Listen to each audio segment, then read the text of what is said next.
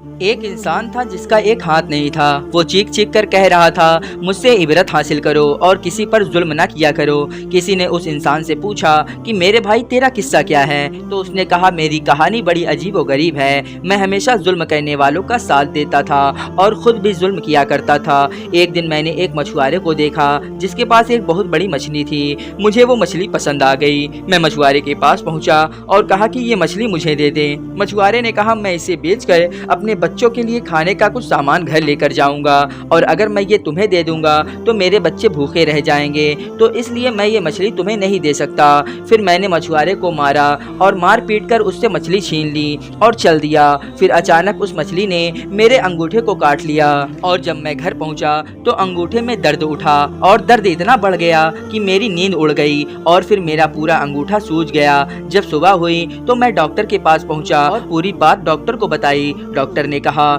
کہ تمہارا انگوٹھا سڑنا شروع ہو گیا ہے، اس لیے بہتر یہی ہوگا کہ تم اپنا انگوٹھا کٹوا دو، ورنہ پورا سڑ جائے گا۔ تو میں نے انگوٹھا کٹوا دیا۔ پھر کچھ وقت کے بعد سڑن اور بڑھنے لگی اور کوہنی تک پہنچ گئی۔ میں بے چین ہو گیا۔ پھر ڈاکٹر نے مشورہ دیا کہ کوہنی تک ہاتھ کٹوا دو۔ میں نے ایسا ہی کیا۔ پھر سڑن کندھے تک پہنچ گئی۔ پھر مجھے مشورہ دیا گیا کہ پورا ہاتھ کٹوا دو، ورنہ پورے جسم میں سڑن پھیل جائے گی۔ اور پھر میں نے اپنا ہاتھ کھو دیا، اور اب لوگ مجھ سے پوچھتے ہیں کہ آخر یہ تکلیف مجھے کیوں اٹھانی پڑی؟ تو میں مچھوارے کی مچھلی کا قصہ سناتا ہوں۔ تو یہ سن کر لوگوں نے کہا کہ اگر تم اس مچھوارے کے پاس جا کر معافی مانگ لیتے اور اسے راضی کر لیتے اور مچھلی کو اپنے لیے حلال کر لیتے تو یہ دن تمہیں نہ دیکھنا پڑتا اور تمہارا ہاتھ صحیح سلامت ہوتا۔